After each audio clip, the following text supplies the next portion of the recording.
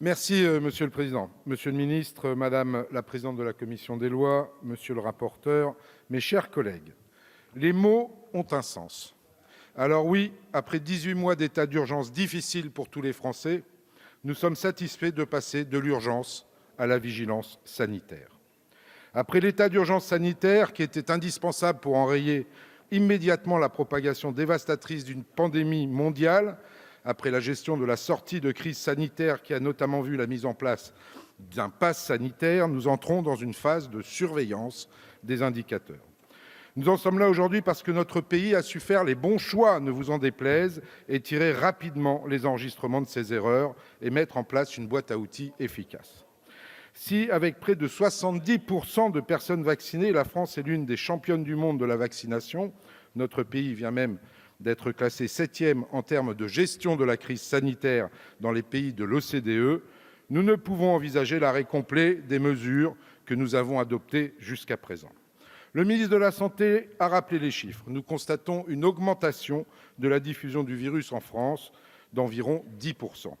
Certes, la situation est plus alarmante dans plusieurs pays voisins, comme l'Allemagne ou les Pays-Bas, mais nous devons garder à notre portée la possibilité de mobiliser, au-delà du 15 novembre prochain, les moyens de lutte contre cette pandémie. L'automne et l'hiver, nous le savons, sont des périodes particulièrement propices à la circulation des virus respiratoires comme la Covid-19. D'ailleurs, 40 départements dans notre pays ont un taux d'incidence qui augmente à nouveau et dans certains territoires d'outre-mer, vous le savez tous, la situation est inquiétante. L'épidémie est toujours là et n'attend qu'un relâchement de notre part pour déferler en une nouvelle vague dont nous connaissons par avance les effets. Chers collègues, en première lecture à l'Assemblée nationale, nous avions adopté un texte équilibré, responsable et respectueux du rôle du Parlement.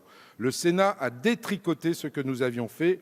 Le groupe Mouvement démocrate et démocrates apparentés le regrette, car avec ce texte, il s'agit de maintenir un cadre juridique et des outils qui nous permettront de déclencher chaque fois que cela sera nécessaire, le plus rapidement possible et de manière proportionnée, toute mesure utile pour protéger chaque Française et chaque Français de la Covid-19.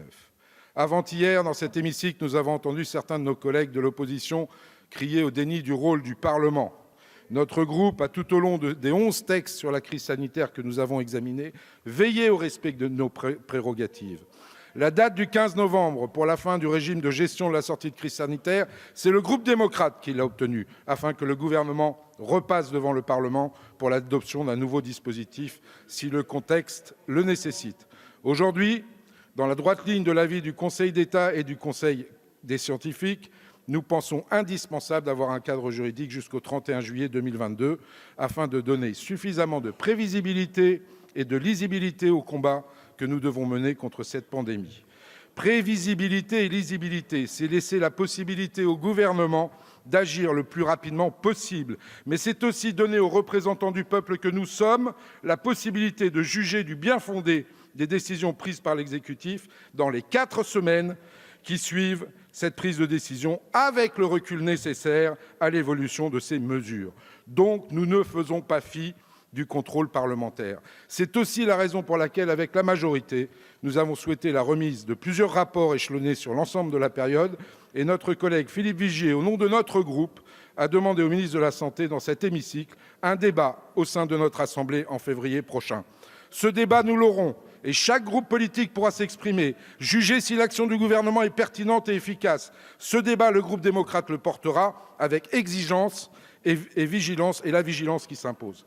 Chers collègues, le groupe Mouvement démocrate et démocrates apparentés votera donc ce texte avec la volonté de continuer de lutter efficacement contre cette pandémie et la conviction d'agir de manière responsable et vigilante. Je vous remercie.